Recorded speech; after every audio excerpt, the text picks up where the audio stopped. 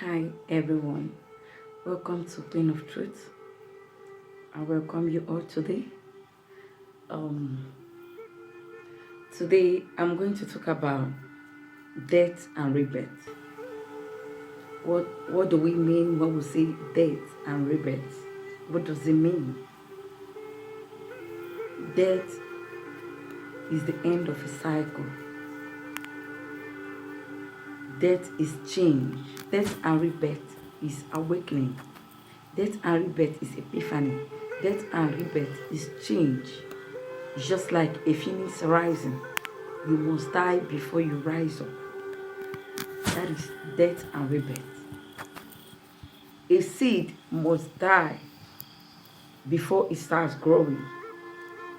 Like when you plant a seed now, it must surely die before it starts germinating. It's same thing as death and rebirth. It's same thing as awakening. It's same thing as transformation.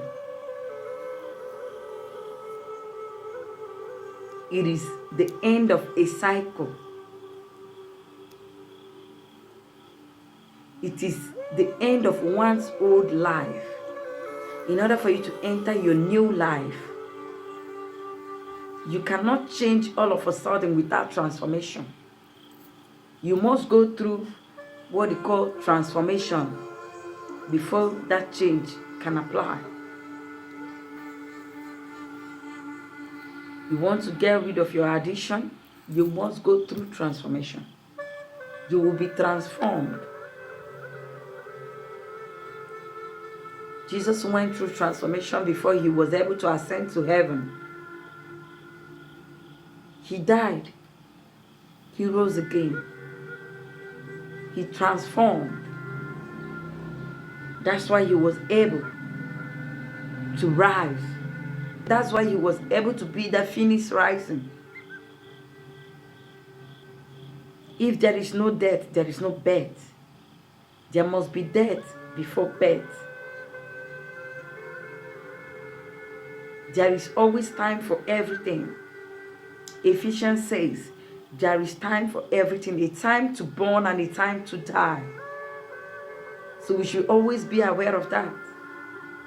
There is time for everything, time to die and time to born. Death and rebirth is like closing the old chapter to open a new chapter in your life. It is painful. It is tough. It is difficult. But if you're able to do it, then you will be able to ascend. You will be able to ascend higher. You will be able to rise like that phoenix. Before you achieve that level, you have to die first.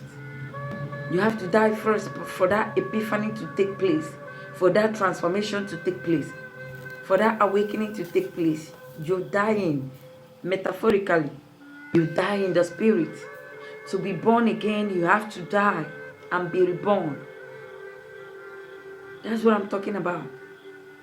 When you awake, there is nothing that the enemies will do to you that will ever work. This applies to the chosen ones, the star seeds, the light workers. Whenever you awake, the enemies fighting you are fighting you in vain, because your vibration is higher than theirs. You're vibing at a higher frequency. So their negativity cannot get to you. The negativity of the world doesn't get to you. Once you awake, once you snap out of that matrix of life. When you awake, you realize that this life is nothing. That everything is vanity upon vanity. Whenever you awake, anybody fighting you is fighting themselves. Because you carry the spark of the divine within you. We all carry the spark of the divine within us. So when you awake, the spark lights up. When you awake, you connect immediately with the divine, with God, with source. Then it will look like you're rising from the grave to the sky. You get in alignment with your higher self, your future self. You balance your life with spirituality and physicality. Balance everything. Balance your feminine and your masculine. Balance your dark side and your light side. Chosen ones have dark side and their light side, but they rather show the light side because that's what represents light. That is being authentic, loving people, showing love, caring for people, being empathetic. These are the characteristics of a chosen one. Chosen ones are not wicked. Chosen ones are not jealousy people. Jealousy is a low vibrational act. So chosen ones don't vibe low. They vibe high. Chosen ones don't envy people. Chosen ones are not wicked. Chosen ones are empathetic. They show love to people. They love one another. It is because of these characteristics that I will make you not to be able to get there. Because when they are busy showing love, when they are busy doing all the good stuff that they do usually, their vibration is high. They are vibing at a higher frequency. Cannot do anything to them. There is no voodoo, there is no spells that will work on them. Rather, whatever you do to them returns back to you. Because they are chosen by God. If a chosen one says a thing, it comes to pass. If a chosen one lays a curse, it comes to pass. Just mere thinking about it, it comes to pass. I rather go the opposite way rather than being in a drama with a chosen one. Because they don't have that time to start talking to you, to start telling you things. The only thing you can see them do is caution you. When you don't listen to them, then they cast you out. Chosen ones always have forgiveness in them. They are always having a forgiving spirit. They are not wicked, like I said. It's what made them a chosen one. They are selected by God to come and bring peace to the earth, to bring peace and tranquility to the earth. Get out of the prison of your mind. Get out of that prison of your mind. You carry the spark of God in you. You carry the spark of creation in you. We are all co-creators with God, with Source. Snap out of that prison of your mind. Snap out of that matrix of life. When you transition out of heaviness, embrace it. I know it is difficult, but through that transition, your real life begins. You understand your life purpose. You know the things God wants you to do. You follow the ways of God. You do the things of God. Transition and transformation can be difficult. It can be difficult and painful, but you need to be grounded. You need not to look at your old self, old lifestyle. You need to forge ahead. Follow the ways of God. Do the things of God. Live your old lifestyle. Say bye-bye to your old lifestyle and welcome to your new lifestyle. Your high vibrational lifestyle. Always guide and protect your emotions. But be willing to accept change whenever it comes. Death is change. Death is the end of a cycle. You must end the cycle in order to begin a new one. That's why we have death and rebirth. When you plant a seed, it must first of all die before it can germinate. That is death and rebirth. We as a human being, we go through death and rebirth, which is our transformation from our old life to our new life. We transform, we change from one chapter to the other. It will eventually lead you to your emotional safety and security. When people and situations change, let them change. Let them change. It's not a reflection on you. Change creates strength and awareness. Change makes you to grow. Change allows you to grow. Closing of the chapters, the old chapters, are not death, but an opportunity for change. It is good we know that, so that we'll know that death is not just death. Death is all about transformation. It's all about change. It's all about ending a cycle to begin a new one. That is death and rebirth. When you experience death to be reborn, you're not starting from the scratch. You're starting from your experiences. The experience you've received when you have not been awakened. The experience you received in your old chapters. The experience you received during your old self. You transmute those experiences during the time of change. Transmute that experiences. You transmute them for your own experience. Those experiences, you use them, let them serve as a lesson.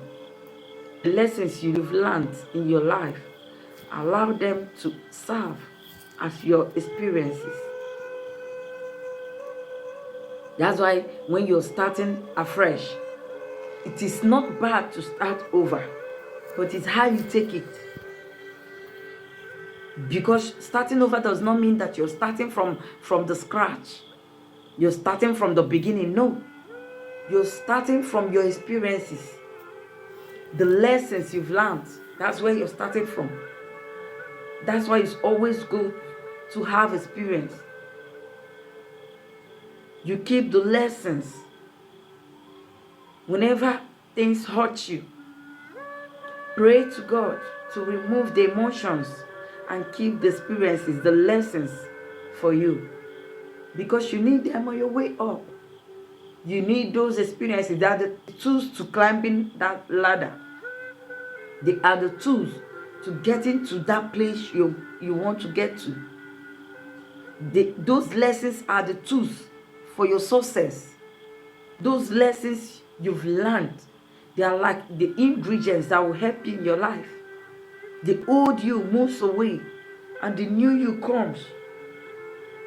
For all things are passed away and all things have become new. You are a new creation. So you act like a new creation that you are. Forget about your old lifestyle. Forget about your old habits. Learn the new you. Learn to adapt. You have snapped out of that matrix of life. You are now a new creation. A new you emerge when you are working. Step in your higher self. You get in alignment with your higher self. You no longer do those things that brings your vibration down. You no longer do those things that brings your frequency down. You break out in order to know the real you. You break out in order to know your life purpose. You break out in order to know the new you. The new you is your higher self. The new you is your higher self. You get in alignment with it. Your higher self is your spiritual self. It's always a very painful period in one's life. But we need to, it's a period that we need to go through. in order to achieve our life purpose, in order to achieve that thing that God wants us to achieve, in order to co-create with God, you must go through an awakening in order to connect with that part of yourself that is with God. You lose friends when you go through your awakening. You lose a whole lot of friends. That's why I said the old you will move aside, because you lose friends when you go through your awakening. You lose business at times. You end some of your additions. That's why it is a very painful period, because the things you see pleasure in, you get rid of them. When the old you moves away, you discover you have a spiritual power, a spiritual gift lying dormant in you. Because everybody has spiritual power. Everybody has a spiritual gift. You can only activate yours through that painful transformation. It is only when you're tapped in. It is only when you're tapped in that you can access your gifts, your powers. You must go through that massive transformation in order to access that gift and powers lying dormant in you. It makes you lose appetite in the things you normally would do. Things like smoking, things like drinking, things like sex, things like addiction, etc. and so on and so forth. It makes you lose appetite in them. You focus on self-love. You focus on loving others. You focus on caring for people. You focus on giving.